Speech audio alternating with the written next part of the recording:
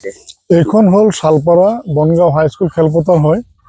এইখনত আমি অহা 12 তাৰিখ বৃহস্পতিবাৰে 2 বজাৰ পৰা আমি ডক্টৰ টেলিমৰাণ মেমৰিয়েল ফুটবল টুৰ্ণামেণ্ট খেল আমি আৰম্ভ কৰিম 12 তাৰিখৰ পৰা। আৰু উক্ত খেলখনত আপোনাৰ প্ৰতিদ্বন্দ্বী হৈছে নগাঁও JB বনাম তেজপুৰ FC।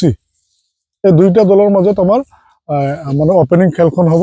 আৰু উক্ত খেলত আমাৰ ওপেনিং সেৰেমনিত আমাৰ মাননীয় বিধায়ক ডিপ্লুৰঞ্জন শৰ্মা ডাঙৰীয়া, আমাৰ মাননীয় বিধায়ক জিতু গোস্বামী ডাঙৰীয়া, আমাৰ মজিবুৰ দা, সুৰেশ দা আৰু বিৰাজ দাহঁত তেওঁলোক উপস্থিত থাকিব বুলি আমাক আনুষ্ঠানিকভাৱে জনাইছে।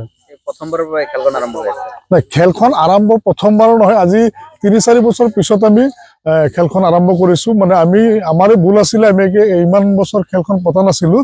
তাৰ এটা বেলেগ এটা ৰিজন আছে। যিয়ে নহওক, এইবাৰ আমি খেলখন আকৌ পাতিব ওলাইছোঁ। ইয়াত আপোনালোকৰো আমি সহায় বিচাৰিম। আপোনালোকে আমাক আগতে যেনেকৈ মানে সহায় কৰিছিলে, এইবাৰো এইখন খেলত আপোনালোকৰ পৰা আমি পূৰ্ণ সমৰ্থন আৰু সহায় মানে পাম বুলি আমি আশাবাদী। যিহেতু মুখ্যমন্ত্ৰীয়ে ইতিমধ্যে ঘোষণা কৰিছে যে ষ্টেডিয়ামলৈ ৰূপান্তৰিত কৰিব, সেই শালপাৰা বনগাঁও এইখন খেলপথাৰ। হয়, এইটো আপুনি আৰু এটা কথা মনত পেলাই দিছে। মানে মেইনলি আমাৰ খেলখন পতাৰ মেইন উদ্দেশ্য হ'ল সেইটোৱে।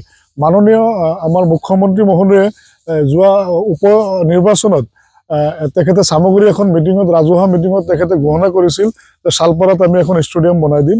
আৰু সেই ষ্টেডিয়াম যে বনাব এইখন খেলপথাৰতে। আৰু মাননীয় মুখ্যমন্ত্ৰী ঘোষণাৰ পিছতে আমাৰ শালপাৰাবাসী ৰাইজে মানে খুব মানে উৎসাহেৰে এইবাৰ খেলখন আমি পাতি আছোঁ। আপোনালোকে চাওক, ইতিমধ্যে আমাৰ ল'ৰাবিলাকে নিজে, আমি কামলা নোলোৱাকৈ আমাৰ গোটেই যুৱচামে আমাৰ শালপাৰা পঞ্চায়তৰ বা আমাৰ ওচৰ চুবুৰীয়া যিকেইটা গাঁও আছে তাৰ ল'ৰাবিলাকে আহি নিজে স্বতঃস্ফূৰ্তভাৱে নিজে হাতে কামে লাগি গৈছে। তাৰ উদাহৰণ আপোনালোকে চাওক, ঝাৰু মাৰি আছে। পূৰ্ণগতিত মানে আমাৰ প্ৰস্তুতি চলি আছে। আমি আজি আমাৰ প্ৰস্তুতিৰ কাম সম্পূৰ্ণ হ'ব। খেলৰ দৰ্শনী কিমান? আমি সামান্য খেলপথাৰৰ মানে সাহায্যাৰ্থে বা খেলপথাৰৰ আমাৰ খৰচৰ হেৰি কাৰণে মাত্ৰ 30 টকা আমি কমিটিয়ে নিৰ্ধাৰণ কৰিছোঁ। টিকেটৰ হাৰ মাত্ৰ আমাৰ 30 টকা থাকিব।